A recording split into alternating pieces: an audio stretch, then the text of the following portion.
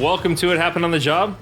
We're at episode 21. This is our podcast for relatable and sometimes entertaining conversations with contractors. Always entertaining, yeah. Our in-studio guest, rare here in the middle of the coronavirus pandemic, but I feel like we got a 6-foot triangle going on here. Yeah, we do. 2 arm length. Yeah, we're good. Vince Free of FREEZ Construction. Welcome, Vince. How you doing? I'm doing well. Thanks for having me, guys. No, thank you. Thanks for coming out. I'm excited. Yeah. I am a podcast virgin. It's my first one, so I'm excited. Yeah. So many, Happy to be popping your cherry, Vince. This is good. Perfect. We are listed as Gloves are explicit. off. Yeah, All we are right. listed as explicit on the podcast network. So we're good. Yeah. Well, I should have brought in the tequila then. We could have made this interesting for Right? sure. So tell us a little bit. I mean, we were just chatting a little bit kind of off air before we got live, but it kind of works out that the last name's FREEZ Construction, and you're in cold storage. How did that get started? Where did you get started in the industry? Kind of that timeline and how you got to where you are now. Yeah. So The things you can tell us. yeah, things I can talk about. You guys got to have me back on at the end of the year and really Right, we get all into it. and get juicy. Yeah. So no, my wife came up with the name FREEZ Construction, and we started the company back in July of 2019. And as far as my background is concerned, I'm from Wisconsin, and so is my wife Jenna. And I hear a little bit of that accent. Oh, yeah. I hear a little bit of it. And the more I drink, the bigger the accent gets. Yeah, exactly. I feel like I have an accent when I drink, and I'm not from anywhere. So Yeah. So of course back there where it's cold and snows a lot, I grew up playing hockey, and so I still play hockey today. Which Ducks or Kings? Penguins.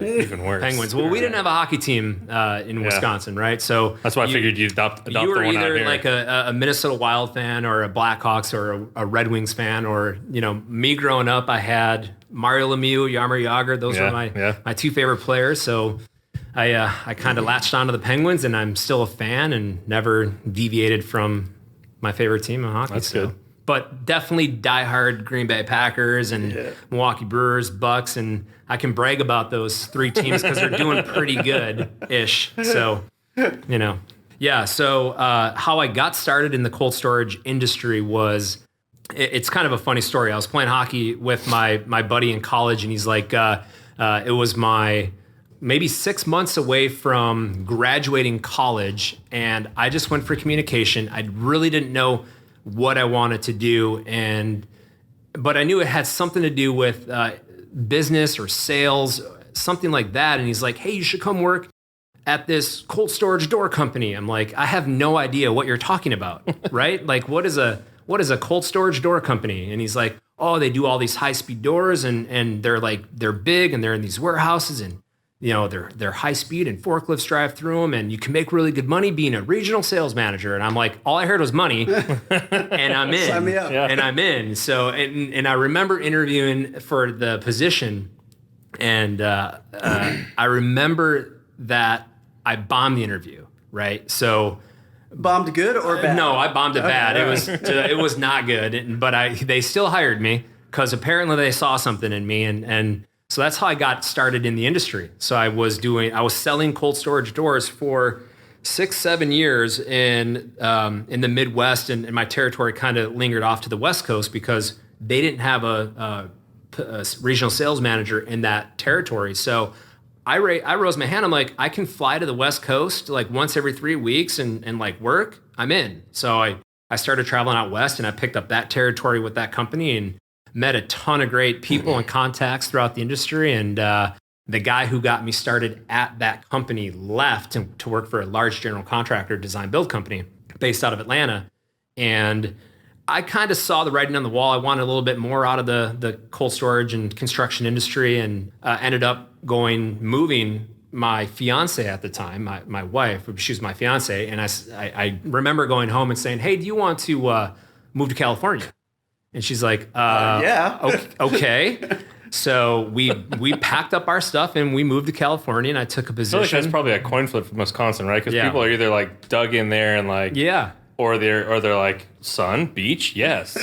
Absolutely. Yeah. And for me, like when people say California, I mean, people think LA, right? Especially in Wisconsin. They think LA, they think of traffic and beaches the smog, but there's beaches and stuff. And Orange County is like night and day from LA, Oh, right? 100%. I don't enjoy going up there. I mean, you can tell when you drive down the freeway and you leave LA and you enter Orange County, like the freeways, I don't know if they like clean them different or the signs are different, but they're clean, it's weird.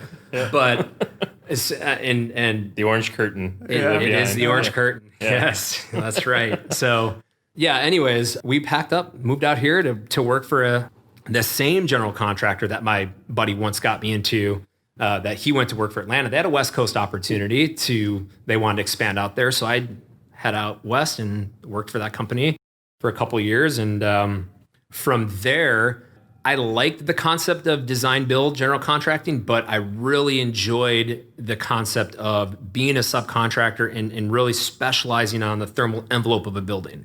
So the insulated metal panels, and tying in that building just to keep specializing in one keep thing. it vapor tight and cold. And so there is a contractor out in California that I used to sell doors to, and I had a relationship there. And one day the owner is like, hey, we're looking to expand, and we're looking for this guy. We're looking for that one guy who could be a rainmaker, just really. Because I don't know how long I want to do this, and we're looking for that guy to step up. So if you know anyone, let me know. And I'm like, you son of a, I'm like raising my hand. I'm like, dude, that's me. I'm in. He's like, oh, I thought you were happy at your old company. And I'm like, it's not about that. Happiness is relative. This is what I want to do, and I'm in. So I switched and got into the low temp contracting, and served 6 or 7 years there. And it was July. I felt the urge to just, it's been kind of driving at me to, start my own company, right? My dad was in the construction industry. He worked in concrete in the union in Wisconsin, and my brother's works for a builder in Wisconsin. So we kind of have that blood. It's in the blood in a way, yeah. And in college, I had to pay for my own college. My parents weren't the wealthiest, family, and so another buddy of mine I played hockey with in college, he goes, hey, you want to make like 30 grand in a summer? And I'm like, okay, you got me at 30 grand in a summer. What's up? He's like, well, you can be a regional manager for this city and for college pro painters. And I'm like, oh, have you guys heard of that company at all? So it's big out in the Midwest and stuff, but it's a hire kids that come home during the summertime? It's a program for college kids, and it's a fantastic idea, where you have this district manager and he trains a group of college people that can go off to different cities and manage a territory and hire college kids to paint houses in the summer. And, he's like, if you can, so the position I took was to run a division or like a city, hire people to paint homes, and you could make good money. And I'm like, okay. So I learned like that. Doing that for 2 years in college taught me so much about running a business and management management and payroll and hiring, and just, it was the most intense training I've ever had, far more than college and like biology and things you never use in the real world. And so I did that. And I remember my first summer, I made like $5,000. Seriously.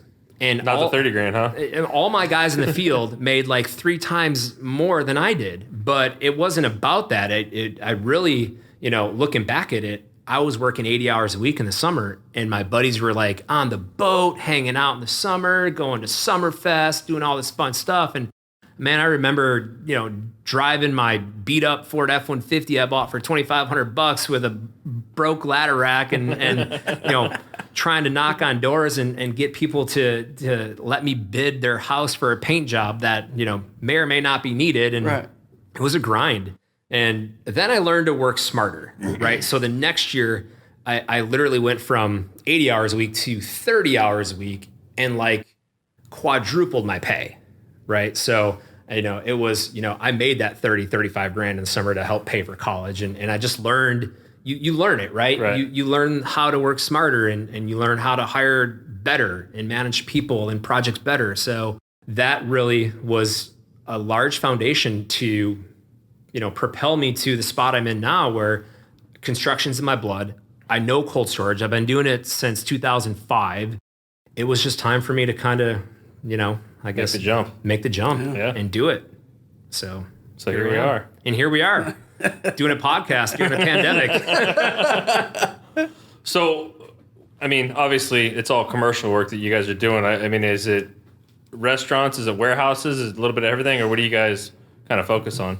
Yeah, so that's a great question. And it's one that people often get confused with, because when you think cold storage and construction, people always say, well, restaurants, right? Restaurants. Well, it's crazy to think of where your food really comes from. I mean, have you guys really thought about when you walk down? I used to work in restaurants, so I mean, I was in restaurant management for a long time. I'm not talking about the movie Serve or anything like that. But I've toured meat plants, and you know what I mean. I worked for Outback Steakhouse, so got it. Like our meat provider, like we got to go and like tour their facility, and there you go. So you go from that to, like you said, then you're going to the trucks, and then into our restaurant. So you see it from half a cow to the cut steak inside our restaurant. So yeah, I mean. Yeah, when you talk about they're full buildings that are so those buildings that are processing the meat, those are the buildings we will build. That's right? Bread and butter. Yep. And those buildings oftentimes can't store all the product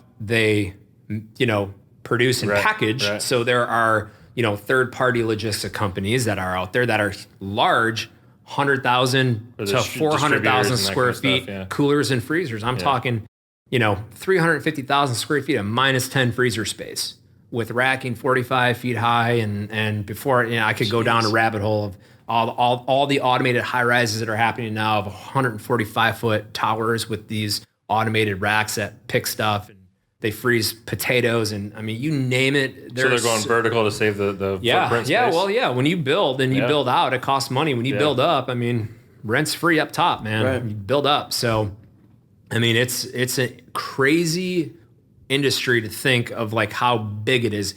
And our food supply chain, it's being challenged right now, right? Because there's like Tyson and all these companies right now that are shutting down because of a lot of workers are getting COVID-19. And there's so much wasted food right now because all these farmers, they count on, hey, this company's going to take X amount of cattle or X amount of herd in each day. And when you shut that plant down for a day, a week, dude, there's so much backup. And then that food supply chain, then all of a sudden people get scared about the shortage. And I can tell you right now, like, not to fear about that. We have a very strong food supply chain. And I only know after, things break loose this summer, it's only going to get stronger. And I'm sure our government's going to pump money in it to make sure we're even stronger in that category. Right. So that's what I do. I build these big, to answer your question, full circle. It's those buildings that we build. Are you doing it, just in California locally, or do you guys? We're nationwide. We go coast to coast. I have to imagine that there's not a lot of, I can't imagine that there's overwhelming opportunity if you just stay inside one region. Right. Because how many 400,000 square foot cold storage warehouses do you need in Southern California? That example was, there's not that. They're out there, but you build, think about all the meal prep companies out there now, right? They're packaging prepackaged meals and shipping them to your doorstep.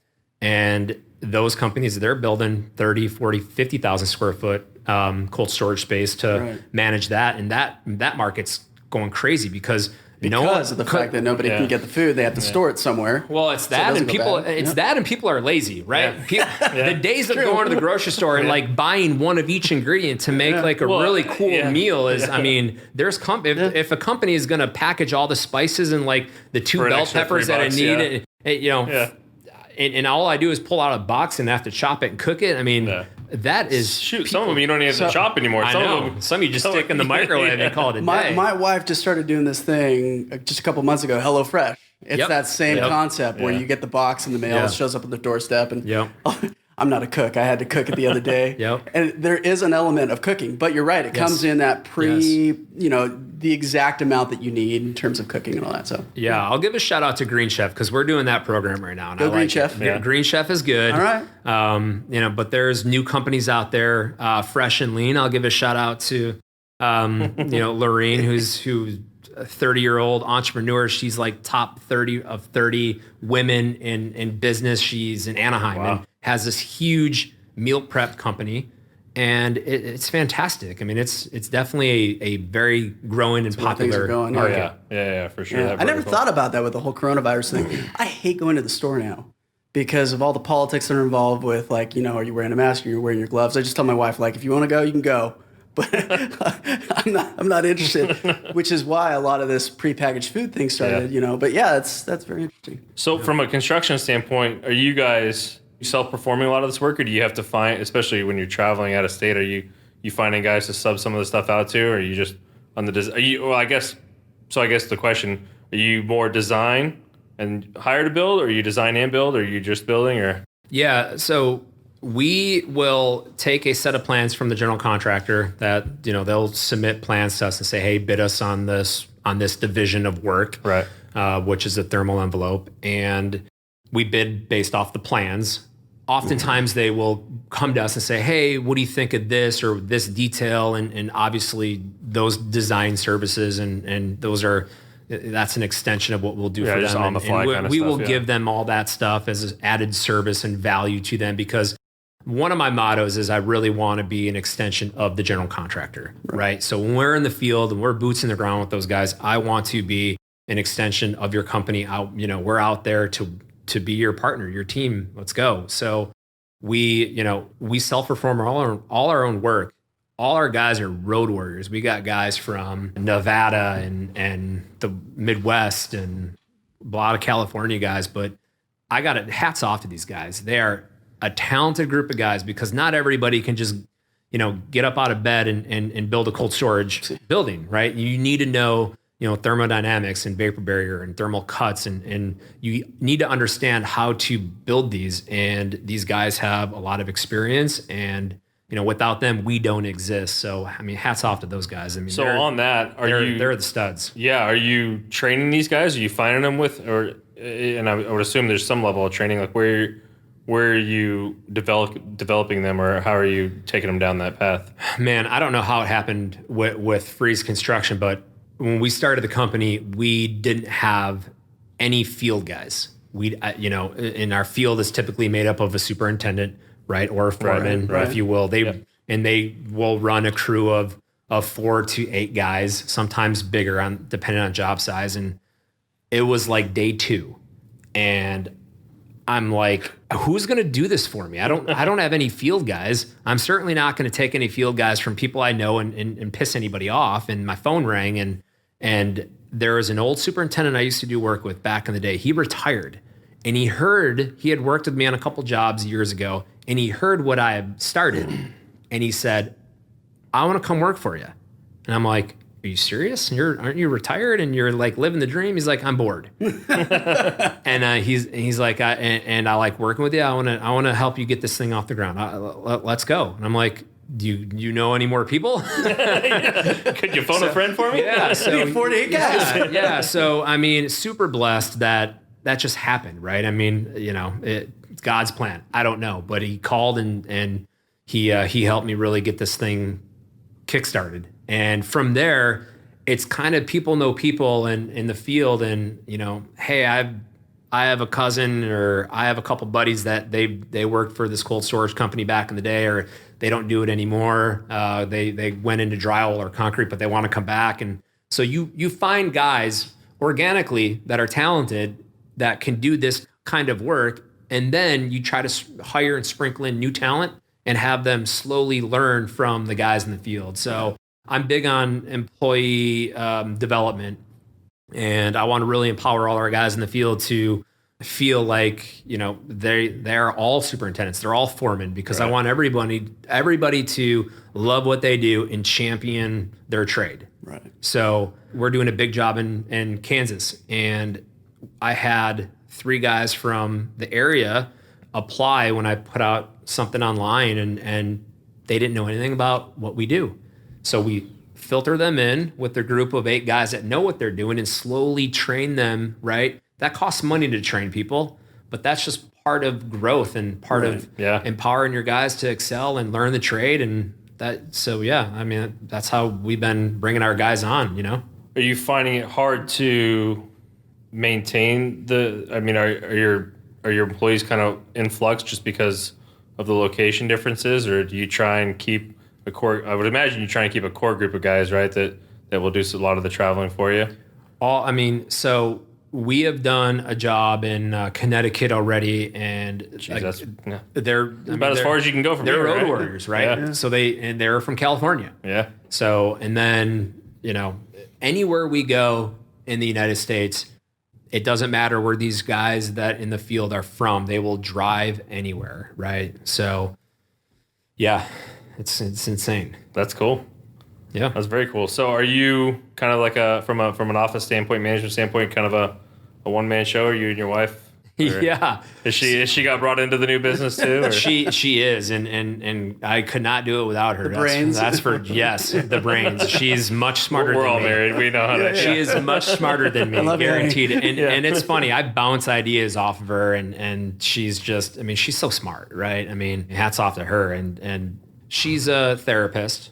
She counsels a lot of teens and stuff. Like that's her. That's what her master's is in. But between her client load, she's really with me working on the business stuff, the business side of things. And it's funny because when we started in July, I was like, okay, I'm going to home office for 6 months, because with what we do, you just don't start a company and go into the field and have a job. Correct. Right. So we started completely fresh, save some overhead, not planned.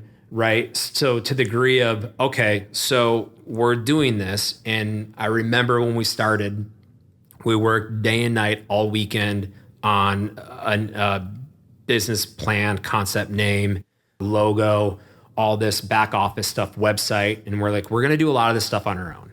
And I remember working like 18 hours a day, barely sleeping for like the first 2 weeks, building the foundation of FREEZ Construction. Right. Her and I did. And then after we kind of built our back office and foundation, then we started like reaching out to the general contractors I've had relationships with.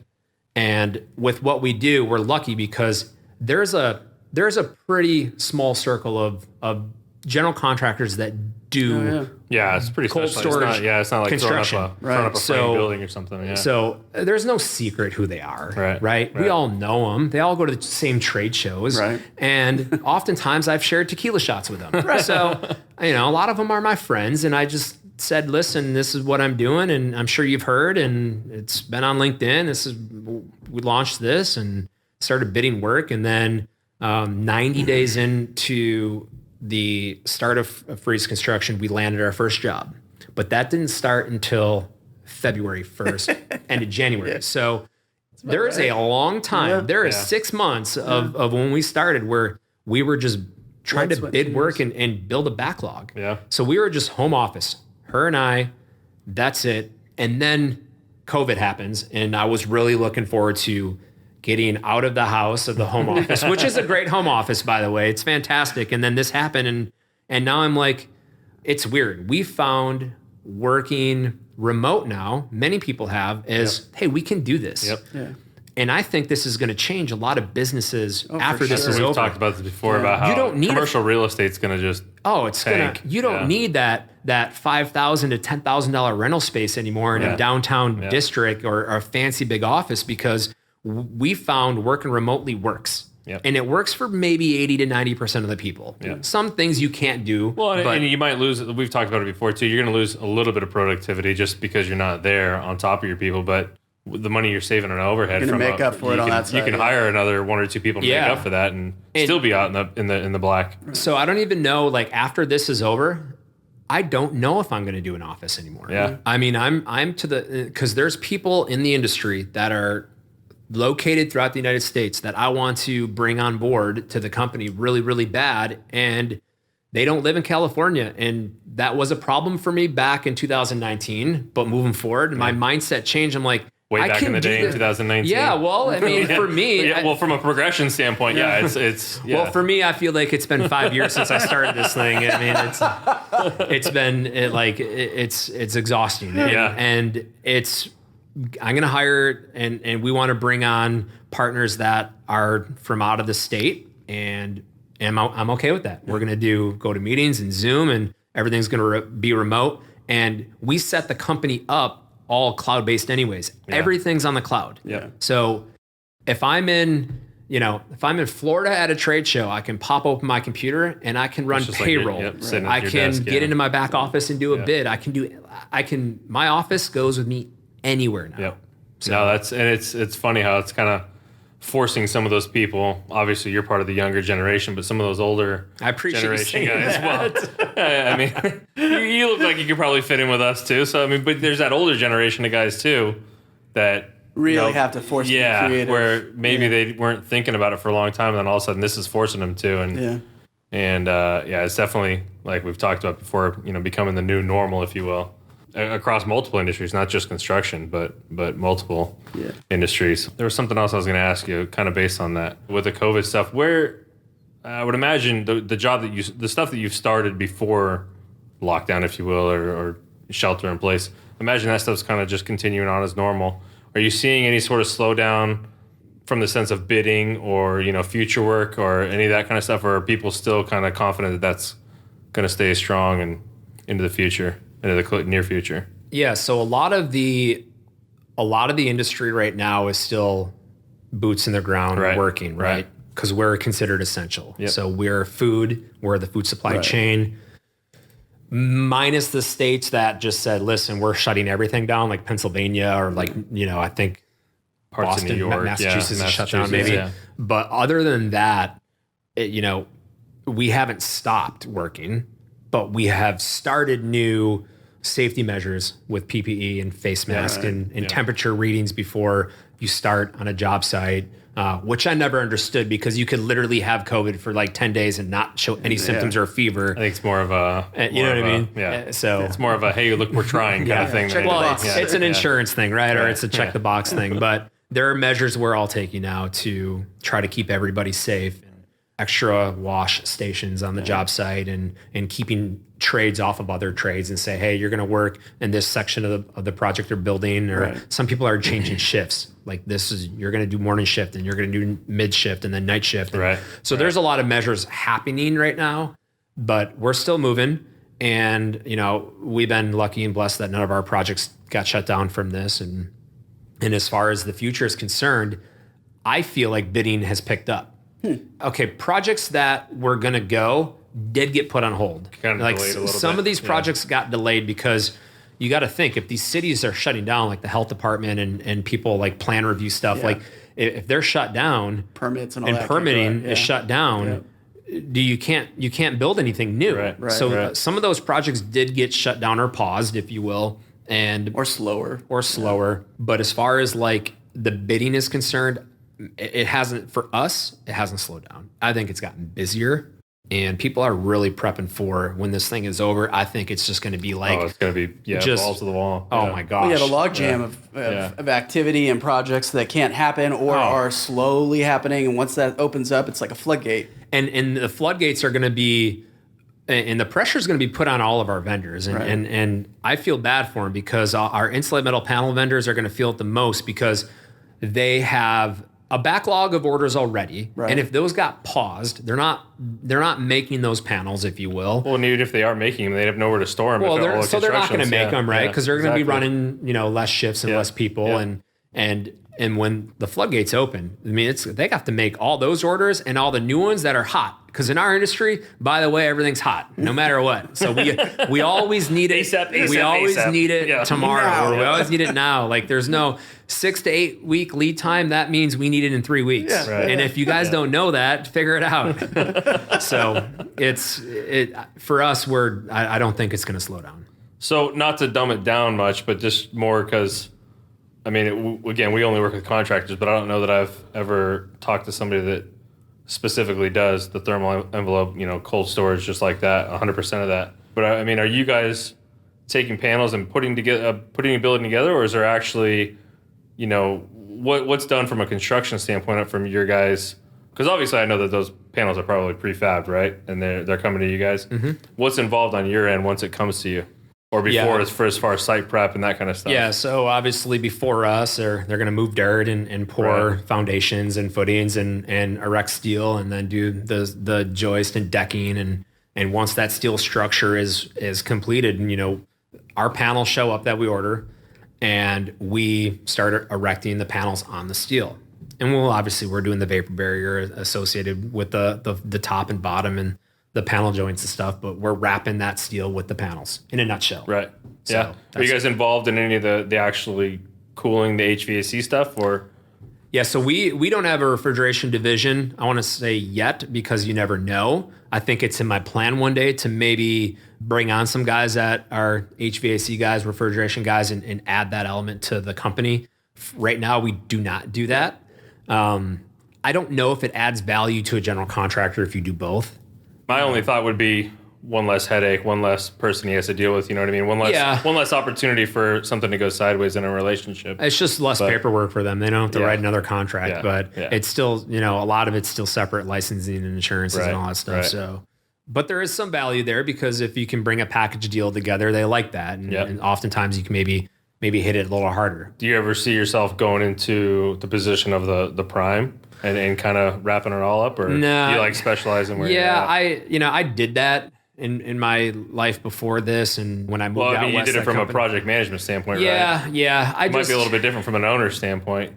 I don't mean to be putting on the spot here. I don't have any desire. I don't have any desire to be a prime. I don't. I mean, our guys in the field. I'm pushing buttons right now. We're babysitting enough right now as it is. I don't need to be babysitting 13 to 20 subs on a job. All right, that's just not our thing. And we really enjoyed just being our Division 7 or 13 of that trade and going in and supporting the GC. Yeah. That's what we're good at. So what does your growth model look like? If are you kind of are you at a point where you're content, or are you looking to be the number one cold storage guy in the country, or? Man, I set a reminder to myself every day, and it's on my phone. It actually goes something like, gosh, if I can pull up my reminders, it's basically, I don't want to be the biggest contractor with what we do. I want to provide the best value always. So I don't get out of bed every morning and say, I'm going to be the biggest cold storage contractor in the United States. That doesn't interest me at all. I want to grow organically. I want to bring on talent when it makes sense. And it's not about how big you are, dollar wise, because there's companies out there that are $50 million to $100 million a year, but they're making, 2% net profit, right? If you're really good at what you do and you do what you say you're going to do for the price you say you're going to do it for, and really hold your word and add value to a client, your value goes up, and then they pay for you and your profit's better, right? So I don't need to be the biggest and baddest. That's not my thing. I mean, I really just want to support the client, Right. That's it. And if it grows, it grows. And wherever it goes, it goes. I mean, I do have a business plan, and yes, I do have a growth model, but it's not anything that. Not trying to force it or anything. No, so it's there, but I don't need to be the biggest and baddest now. Well, and I think if you're adding value and quality, the biggest and baddest will come eventually. You know what I mean? It could. As opposed to making that your aim and then sacrificing quality on the backside of things. And eventually it could potentially crumble at that point. Yeah. So my wife, her mom, Lorraine, she's retired now, and she lives in Wisconsin yet. And it's actually now on board with our company, helping us with a lot of the human resources side of things. So I got her set up with the back office and an email address, and she works for free. Those are the best kind of employees, Lorraine. huh? Yeah. Thank you. And but she's, better hope she doesn't get carpal tunnel and follow work comp. Yeah, I know. Sorry, I know. But now the insurance guy's coming at me. No, yeah, she's super talented at a lot of employee management and human resource stuff. Now, she doesn't have a degree in any of that, but as from like an administrative role for HR stuff, she's very talented at all that. So I'm a big believer in, I don't want to be the smartest guy at everything at our company, because that doesn't exist. It does not exist. You hire people that are better than you, period. Or find them to work for free for you that are better than you. Do you really hire them if they don't? Exactly. So, I mean, there are so many things I am not good at, right? And I know so many people out there that are better at certain things that I want to bring on board because I want to empower them to say, dude, this is what you're good at. Help me go. But Lorene has stepped up and we want to do something a little bit different with all our field guys that I don't think our competition's really doing. So we rolled out this touch base plan. So when we bring on new people in the field, we have after we hire them, we do a 30-day, we call it a touch base. So it's a evaluation. It's kind of like a review, but it's not. It's not like we're going to touch base with you and we're going to see if you're worth the price of admission and give you a raise. It's not about that. It's really, we want to provide that employee a platform to have an open conversation about, hey, what do you like about what you're doing? What do you see different that could change, that could benefit the company? Where do you want to be with our company in 5 years? And it's a solid just, hey, what's up, right? 30-day touch base. And then a 6-month touch base, right? And then at the end of and then a year, we'll do a yearly annual review with them. Right. So, if you're doing reviews once a year, I think that's wrong. I think you're doing it wrong because a lot could happen, right? A lot could happen in 3 months. A lot could happen in a week. Yeah. So these touch bases are now an opportunity for us to really get intimate with our guys in the field and find out what's going on in their head. What do they want? What do they see that could be different? And it's only going to make the company and our employees stronger, I feel. Yeah. That's brilliant. I think. Did your wife come up with that as a therapist? It wasn't my idea. It was Jen and Lorene's idea. 100%. Yeah. I would never have thought of that. And quite frankly, I get so caught up with running certain parts of the company and like trying to be out there and do the advertising and marketing and bidding and project management. And there's so much that I'm doing that we are getting to a point now where we do need to bring in some help and we do want to bring in some young talent. Our industry is known for, there's a lot of old cats that do what we do. And there's a lot of, I don't want to, insult any of them, but there's just a lot of people aging out. Well, there's opportunity. I mean, just the way technology's going and the speed that things move. Yeah. And there's a lot of like my competitors that these companies are ran by older gentlemen that are going to retire soon. Yep. And we don't know what's going to happen with their company or what their exit plan is and strategy. There's some general contractors out there that are really doing a fantastic job of going to college campuses and bringing on young talent, getting them to trade shows, learning the business of cold storage, construction, and food processing construction. And I want to be that same type of model where I can bring in young talent and just teach them, because I was that same young buck, didn't know a thing about cold storage, right? And I had so many people go out of their way to train me, and my training models is I'm stealing it from my first company that hired me. It's get in the field and learn it. Yeah. I mean, to be just hired without an interview, right? Just say, hey, why don't you just come on board and help us out and not understand what we do and not get out there and learn it. I mean, I think you're doing it wrong. Yeah. Because when I was hired, my first job selling doors, I was waking up at 5 a.m. I was waking up at 4 a.m. to get to the shop at 5 a.m. And I was building doors for 3 months. To understand how they work. To understand every nut and bolt of the door. And I remember waking up at 4 a.m. and I was like, why'd I go to college for four and a half years? To get out of bed, put on steel-toe boots. I was so mad. I was so grumpy. But paying the student loan. But I'm telling you, and it's getting worse though with it's getting worse with the kids out there. I mean, it just it's that stigma put on construction and everything. Yeah. These kids want to just graduate and be the president of a company. Yeah. And it's like, dude, get in the field. Learn this stuff, because after those 3 months were up for me, then I went into the field and installed the doors, and then I serviced the doors. I wasn't selling anything until month 10. Yeah, you know what I mean? Yeah. And so you really need to get these young guys in the field to see this stuff, and because that's where you learn, right? That's where the most training happens. So are you? So your day-to-day role? Are you? I mean, it sounds like you kind of wear a lot of hats. What's the role you don't like, just for kind of other people, what's the role you don't like the least that kind of challenges you the most?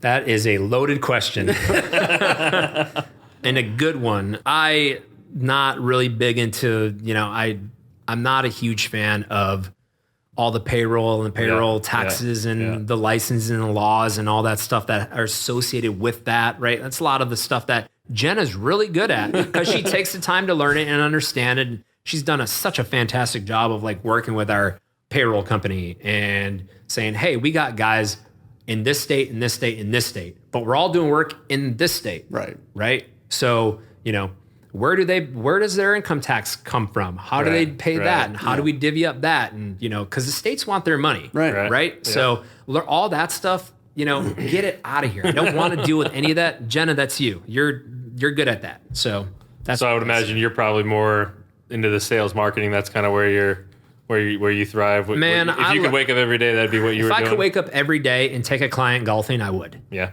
That works Seriously, too. that sounds like a great job. And or your favorite insurance agent that's not your agent. That's right. That's right. So you guys, I mean, that's what I love. I love forming and molding relationships because they last a lifetime. And even people that I formed relationships with that are retired, I still touch bases with them. And you become friends and family and know about their kids and what they're up to. And then all of a sudden you're planning vacations with them in the summer to go out on their boat. And it's the relationship thing that I most enjoy. Of course, I like bidding and selling. Who doesn't like landing a job? But wake up every day and golf. That's fine. I would do that. Not a bad plan, man. Not a bad plan. Yeah. That's where all the deals happen, by the way, on the golf course. That's actually true. I mean, they say that. I don't know. I don't remember the last time I actually closed the deal. It's more of a just kind of shoot the shit, have fun. But that's true. I'd love to actually pick up a check from somebody though and say, yeah, here's my business. And you do that when you bet them on the hole. Yeah, there you go. Right. Yeah. So what's your golf game like then? Terrible. I bet it's not. No, it's terrible. It's terrible. I mean, I remember golfing. I had a vendor take me out golfing, and we were playing Tustin Ranch.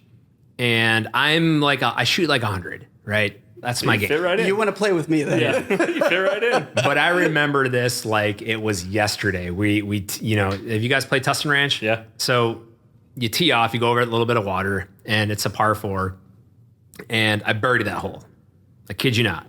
And my vendor's like, you are not 100. I'm like, I swear. Yes. Give me 4 or 5 holes and a couple shots of tequila. The next hole's a par 5, and I birdied that hole. And now he's getting pissed. Now he's getting mad at me because he's truly a 3 handicap. And I'm beating him. And I remember through 5 holes, I was 3 under through 5. And I'm telling you, dude, I blow up. And sure enough, I finished the day and I shot like a 95 because the back 9, dude, I was an 8, a 9. I hit the water 3 times. I'm telling you, like, it's brutal. I am a mental midget in my own head in golf, and that is 100% me. It's brutal, dude. Like 100%. Some holes, I'm like, you're really good at golf, and some holes are like, wow, you should not play golf. So if we're allowed to play golf again, what is it? July usually, end of July, August at Tejeras? Oh, you mean for the Ironman? Yeah, it's August usually. Usually July or August. The guys here, we do 54 holes in one day. Jeez. At Harris Creek. Yeah, we're there at 5:15, and we're done by 8 or 9? Yeah. With dinner. Sundown. That's dinner at the end. Yeah. I have a best friend of mine in this. He's in this industry, and he golfs a lot. And he's, insane at golf. He shoots probably he was probably down to like a 2 or 3 or 4 handicap, whatever it was, but drives the ball a mile, super consistent, super awesome swing. I'm like, I hate you. I hate golfing with you. But this guy can play 72 holes in a day. And I'm like, I get through 9 holes and my back hurts and I'm already tired. I'm like, can't wait for these 9 to be done. And I love golf, but I do not have the body to play more than 18 holes. I don't think any of us have the body by the last. So yeah, we're always cursing ourselves at the end of the day. Like, why first did we agree to do this? We do match play. Well, the first 2 rounds are match play. So if you're out of a hole, you can just pick up. You don't have to worry about it. So you save some strokes there. If you're already down by 3 holes and there's only 2 to go, you pick up and you move on. So save some strokes there. So out of the 54, you probably only end up playing 45-ish. Maybe, yeah. And then the last 18 is always a scramble. So those are a lot easier, obviously, too. playing your own ball all the way through. So we find a way to make it not as taxing as having to play 54 straight holes, and I would be less in pain if I didn't like literally swing my hardest every time. It's the only way to play golf. I'm telling you, I don't know why, but it's just in my brain, swing super hard. And well, on that mental midget there, I always tell people that I golf with when I'm 240 out and I grab my 3-wood and they go, "Well, you're not going to hit that." Yeah, but what fun is it? Like if I do hit it, it's the best day of my life. Yeah, go what for fun it, is it laying up and playing. You're not going to go home and tell your wife, I laid up at 240 and I got par, right? Like no one's going to do that. Dude, I hit this 240 and I like it was a dime. Might only happen once every month or once every 4 months. But. And I birdied it. It was sick. And she's like, yeah, make dinner or do the dishes. Like I don't care, That's how it goes. Funny. That's how it goes, man. Yeah, good times. So we want to hear some. I want to hear. I think there's got to be some sort of fun cold storage, guys. Somebody got trapped in a cold room, or it's pretty morbid. not in a bad way, but oh my god. Any fun stuff from the field that you can think of? Yeah, one of my. I'll tell you this story because I can't get this out of my head. So my first sales trip ever in the cold storage industry, I was traveling with my buddy who got me the job. And we went to a chicken kill plant in Tennessee or Georgia, one of the two. You drive into the small city and immediately it stinks. Okay. I don't know if you ever been driving through a town that has like a meat processing or like a chicken kill plant. I mean, the smell, it hits you. And we walk into this place and we have to like suit up, like rubber boots, like a rubber hazmat. I'm like basically hazmat. Basically like you're walking into like COVID-19 room with like a mask and everything on, and immediately I'm standing in 3 inches of blood. Dang. And chicken blood. We'll be clear. Chicken blood. Is this chicken blood? Is this explicit? By the way, can I tell this story without freaking out all your guests? No. And I remember that they had this chain that had almost like these chickens were attached to these zip lines, if you will, going across, and there's a series of saws. Okay, so there's one saw down the middle, and then after it goes through that, there's another 2 saws off to the side at a 45-degree angle, and it's sawing the chicken in half, breast to breast, and then the next saws cut the wings off, and then they automatically drop into these buckets. I didn't eat chicken for like a month. I'm like, dude, that is no, I'm out. Nope, don't sign me up for that. Like it almost made me quit, like doing what we did. It was brutal. But yeah, that was. I still have nightmares. You were upset with me talking about a guy getting trapped in a cold room, and here we are. And I just told you a Jason Voorhees story. Great, yeah. But it was that was a moment.